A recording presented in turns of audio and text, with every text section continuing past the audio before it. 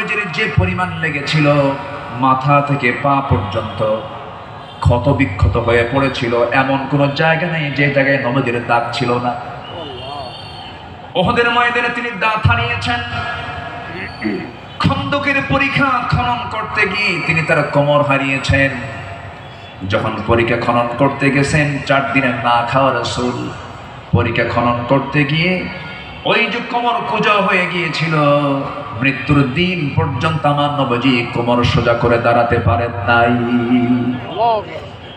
এত বড় কঠিন মুসিবতের সম্মুখীন আমার নবীজি হয়েছেন। সবচেয়ে কঠিন টাইম চলে গেছে হলো তায়েফের ময়দানে।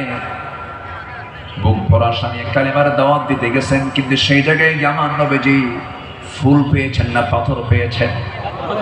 ফুল পেয়েছেন না পাথর পেয়েছেন? পাথর পেয়েছেন। কিন্তু আমার নবীজি রক্তাক্ত অবস্থায় পড়ে থাকলেন। জুতার তলার সঙ্গে পায়ের তলার জমাট বেঁধে গেছে। নবীজি দাঁড়াতে পারছেন না, সেন্সলেস হয়ে পড়েছিলেন। কিন্তু যখন হোঁশটা ফিরে আসলো, মালাকুল জিবাল এসে নবীকে লক্ষ্য করে বলছেন, ইয়া রাসূলুল্লাহ, 2 দিকের পাহাড় দিয়ে চাপা দিয়ে এদেরকে আমি শেষ করে দিই, আপনি শুধু অর্ডার করেন। জবাবে আমার রাসূল বললেন, লা বাল আরজু আন ইউখরিজাল্লাহ মিন আসনাবিহিম মান ইয়াবুদুল্লাহ ওয়াহদাহু লা ইউশরিকা বিহি শাইআন। সহিহ মুসলিমের হাদিস এসেছে, রাসূল বললেন, না না ও ফেরেশতা, এদেরকে চাপা দিয়ে মেরো না। আমি আশা করি এদের ওরস থেকে যে সন্তান জন্ম নেবে তারা আল্লাহর ইবাদত করবে। জোরে বলি সুবহানাল্লাহ।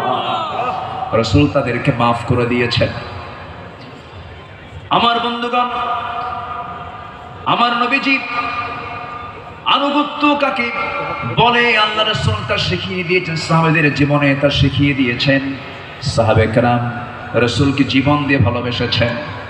মিকদাদ রাদিয়াল্লাহু তাআলা আনহু রাসূলকে সামনে দাঁড় করিয়ে বলছেন, ইয়া রাসূলুল্লাহি ওয়াল্লাহি ইয়া রাসূলুল্লাহ লা নাকুলু কামা ক্বালাত বানু ইসরাঈল লিমূসা ফাযহাব আনতা ওয়া রাব্বুকা ফাকাতিলা ইন্না হাহুনা কাঈদুন ولكننا نقاتل عن يمينك وعن يسارك ومن بين يديك ومن خلفك। জোরে বলি আল্লাহু আকবার। হে রাসূল, আমাদের কেমন পাবেন না, যেমন করে মুসার উম্মত মুসাকে বলেছেন এমন করে আমরা তা বলবো না, আপনাকে বলবো। আমরা আপনার ডান থেকে বাম থেকে সামনে থেকে পিছন থেকে যখন ডাক দিবেন বাতিল শক্তির মোকাবেলায় ঝাঁপ দিয়ে পড়বো। জোরে বলি আল্লাহু আকবার। আমার নবীর চেহারায় আনন্দের ঝলকানি প্রকাশ পেল। সাহাবীরা আমার নবীর চতুর্পার্শ্বে সবসময় ছায়া দিয়ে রেখেছেন। জীবনের চাইতে তারা রাসূলকে বেশি ভালোবেসেছেন। আনুগত্য কাকে বলে? এই পৃথিবীতে প্রধান কাতারে যারা ছিলেন তারা হচ্ছেন সাহাবে কেরাম। সাদ ইবনে মুআজ রাদিয়াল্লাহু তাআলা আনহু বদর যুদ্ধের দিন মৃত্যুর ভয় না করে নবীর আনুগত্যে দাঁড়িয়ে দীপ্ত কণ্ঠে বলেছিলেন, ফাওয়াল্লাযী বাআসাকা বিল হক লাউ ইসতা'রাদতু বিনা হাযাল বাহরা ফাখুদতাহু লাখুদনাহু মা'আক। সেই সত্যের কসম যিনি আপনাকে সত্য সহ প্রেরণ করেছেন, যদি আপনি আমাদেরকে আজকে সমুদ্রের দিকে অগ্রসর হতে বলেন তাতেও প্রবেশ করেন, আমরা সাথে সাথে আপনার অনুসরণ করে আমরাও সমুদ্র বক্ষে ঝাঁপ দেব, কোনো পরোয়া করব না। জোরে বলি আল্লাহু আকবার। আমার বন্ধুগণ, নাম্বার 2 আমরা চলে আসি দান এবং দানশীলতায়, রাসূলের আদর্শ এবং সাহাবীদের অনুসরণ। আমার নবীজির দান, তার যে দানশীলতার ব্যাপারে হাদিস এসেছে, তিনি প্রবাহিত বাতাসের মতো দান করতেন।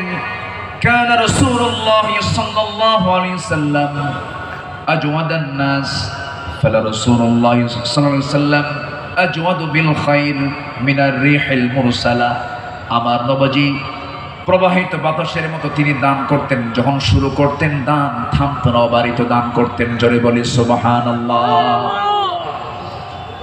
সাইয়েদনা ওমর ফারুক রাদিয়াল্লাহু তাআলা আনহু তিনি বলেন, তাবুকের প্রান্তরে বুক ভরা আশা নিয়ে নবীর সামনে দাঁড়ালাম।